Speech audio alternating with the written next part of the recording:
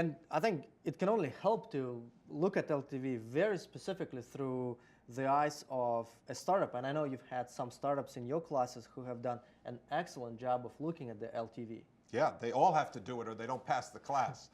But we have Humon here, who I think has done a really nice job, and you'll see they didn't know much about this at the beginning, and they've really embraced it. And just like you, they figured it out. So let's welcome Dan and Alessandro from Humon.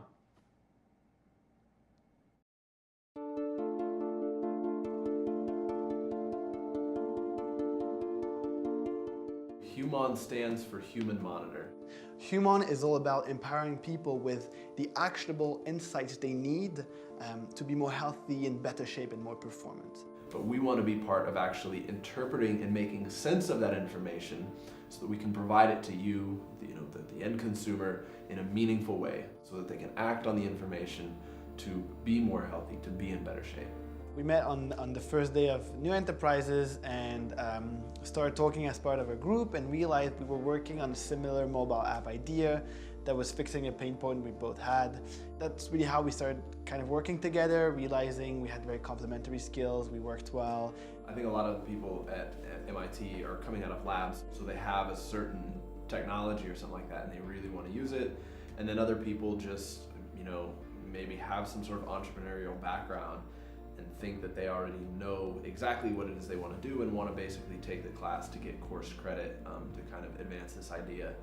The both of us, we were both open-minded, and I remember that led to us kind of sitting down for a brainstorming session, at least for the first couple of weeks or something, several times, to really decide what's going to be the idea we're going to get behind.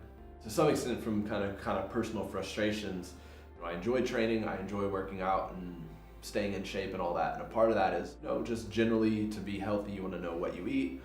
Being frustrated by the fact that I'm buying vitamins, I'm taking supplements, I'm tailoring my diet basically based on no information, that I don't really know internally what's going on, and so we were frustrated by that. That was kind of the jumping off point.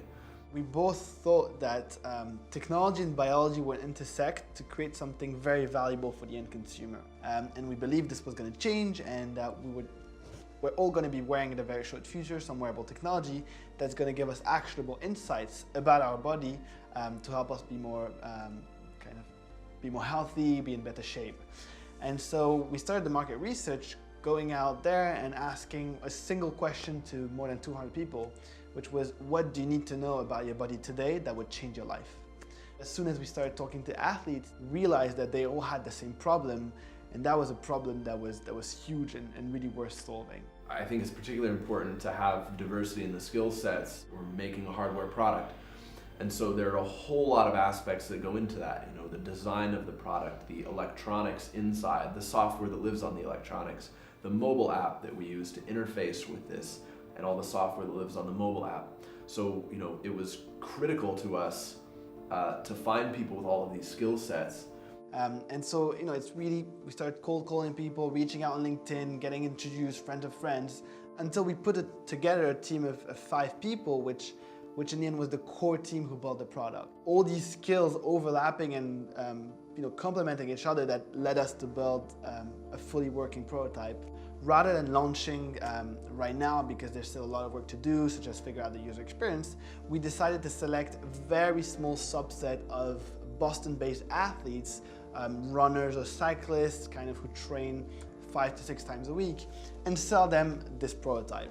The goal for us is to work hand in hand with them for the next 3 months to really understand everything that doesn't work, everything that's not comfortable, or anything they don't like in the user experience, and make sure we solve the problem, we make it better until we launch a pre-order campaign. So this is it, it's a wearable which solves the problems that most endurance athletes have, which is knowing where their body's limit is so they can optimize training for performance. And what this does is that it measures the way your muscles use oxygen in real time. It works on any skin type, any skin color, and with no blood. And using this information, we can not only tell you where your body's limit is, but how to warm up and recover optimally. And that's really just the start, because there's much more we can identify using this metric. So we're just at the point where we manufactured a batch of alpha prototypes, most of which we've sold to Boston-based endurance athletes in these alpha kits. We're shipping them next week, and for us, it'll be the first test. Having people who paid for a device give us genuine feedback and telling us, how can we make it better before we launch to the whole market. After we started making, building Humon and making the product that we're making now, is to really get it out there and get it into as many people's hands as possible and help those people. So whatever that path ends up looking like for us, I think we want to have been part of something great, that we were able to make something, we were able to identify a problem that people had, we were able to, propose a solution to that problem, build a team around this and really put together a whole solution that works so well that everybody wants to get a hold of it and that it helps everybody.